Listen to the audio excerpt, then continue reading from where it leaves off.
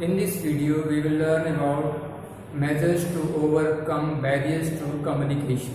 Because in the earlier videos, we have discussed various barriers to communication. There were basically four types of barriers were there. And after that, we have to learn what are the various barriers, and how to overcome those barriers in communication. So starting very first, there are various measures which we can adopt in order that our communication is proper, or you can say that is good communication is there. So very first, to overcome the barriers of communication is to clarify the ideas before communicating. Clarify the ideas before communicating means, here it means that we have to be clear in our mind itself. We have to be clear in our mind that what we have to communicate means, before communicating, the ideas or thoughts should be, or words should be clear in our mind, whatever we want to communicate. So we have to clarify means, whatever communication, whatever the message or content is there, that idea or content should be clearly in our mind before we start communicating. Then there will be a good communication will be there. This communication will be proper. If we clarify the ideas or thought means, before communicating, we have to analyze before communicating that what we want to communicate. So communication can be improved if you do this thing. Next is communicate according to the need of the receiver. Communicate according to the need of the receiver. That is, here the need of the receiver actually means that when we want to communicate, we have to keep in mind who the receiver is. We have to keep in mind who the receiver is, and accordingly we have to communicate. Means, we have to think first of all who the receiver is, and whatever we want to communicate, that person will be able to understand those things or not. That is, we have to communicate according to need of the receiver. Means, the knowledge, understanding of the receiver should be kept in mind. The understanding, the ability to understand something of the receiver should be kept in mind. Means, for example, if you want to say something to a small child or to a grown-up person or to an educated person, things will be different. If we want to communicate the same thing, we have to communicate in a different manner, because the level of understanding of the three persons will be different. A small child, the level of understanding of a small child will be different. So communicating to him or her will be in a somewhat different fashion. Similarly, if a adult person is there and if he is not educated, then communicating with him the same matter. If we want to communicate, we have to communicate in some other ways. Again, if a person is highly educated and if you want to say something or communicate something, then the same matter can be communicated in some other ways. So depending on the level of understanding or knowledge of the person to whom the message is intended, means the receiver of the message, we can communicate. And we have to keep in mind the need of the receiver, or a level of understanding or knowledge of the receiver should be kept in mind before communicating. Thirdly, communicate, consult, you can say, consult others before communicating. Consult others before communicating. Before we communicate, before we start delivering the message or any content we want to deliver, we have to consult others. It is better to consult others. Means, sometimes when we consult others, the drawback or some, you can say some faults which are there in the message, or how the message can be communicated properly. If we consult others, some of the drawbacks or content of the message can be, you can say, removed from the, you can say, whatever we want to communicate. So if we consult others before communicating, our message will be delivered in a proper manner. So it is good that we consult before we deliver the message or start communicating. We have to first of all analyze in ourselves also, but if we can consult this thing with others, it will be an added advantage. It will be added advantage because some of the drawbacks or content of the message can be removed if we consult others. But this consultation should be with some, you can say, knowledgeable person. This consultation should be with some knowledgeable person. Only then this consultation will be, you can say, beneficial.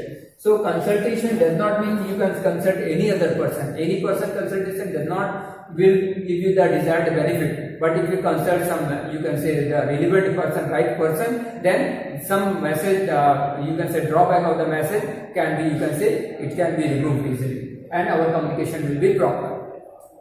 Fourth, convey things which is of value to others. We have to communicate things which are of value to others. Means the message or communication which we want to give, that should be of some importance to the person, to the receiver actually, the receiver. The receiver of the message should benefit from our communication.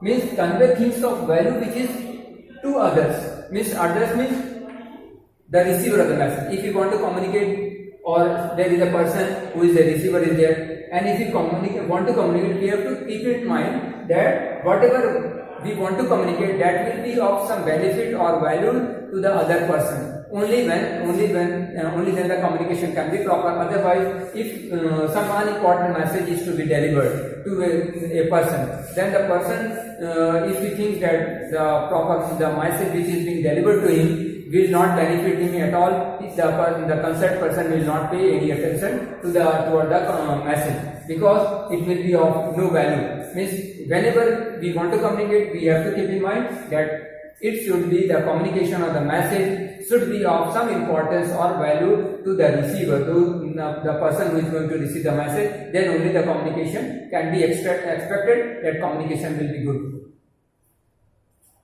If ensure feedback.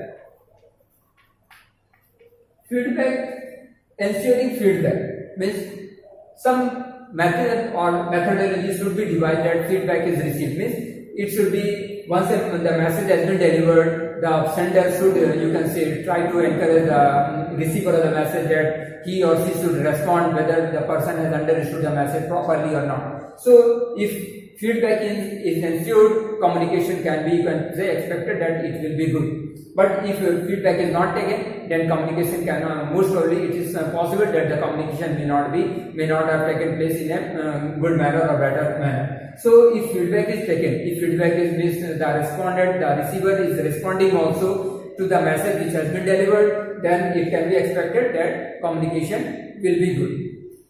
Next, you can say follow-up should be ensured.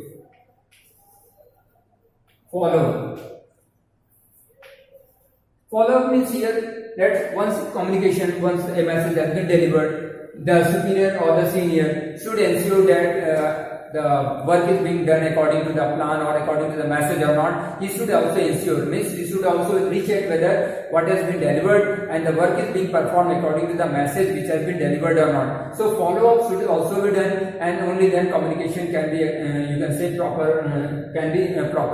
So follow-up simply means that after delivering the message and after the feedback has been received, additional after feedback also, the person, the senior or the superior should look that whatever the message has been delivered, the work is being done according to the message delivered or not. If the work is not being done according to the message delivered, it means somewhere the communication was not proper or some lacking is there in the communication, and he should try to re-communicate. Means the communication should be restarted or it should be again restarted. Then only you can say there will be good communication will be there. Some important points are also there. You can say that whatever message is being delivered, that should also be, you can say, properly delivered. Means the content of the message should be very, very clear and it should not offend others. That is, you can say, content of the message. It should be kept in mind. Content of the message. And tone also you can write. The content of the message and tone. Whatever is being delivered, the content should not offend. It should not hurt the feeling of the person who is receiving the message. The receiver of the message should not be offended. He should not be, you can say, hurt. His feelings should not be hurt because of the message. And moreover, the tone should be, you can say agreeable. It should be, you can say, such that the receiver is happy to, you can say, hear the message which is being delivered. The tone of the message, if it is orally delivered, the tone should be, you can say, it should be as if music to the ear. So the receiver of the message is, you can say, happy to get the message also. And if the content is also good, both will, you can say, it will be added advantage. The content is more important and tone is only in case of oral communication, the tone should be good. But overall the important is the content should be good. And moreover, if the oral message there, then the tone of the message should also be, you can say, it should be good. Then only you can say the message will be delivered in the proper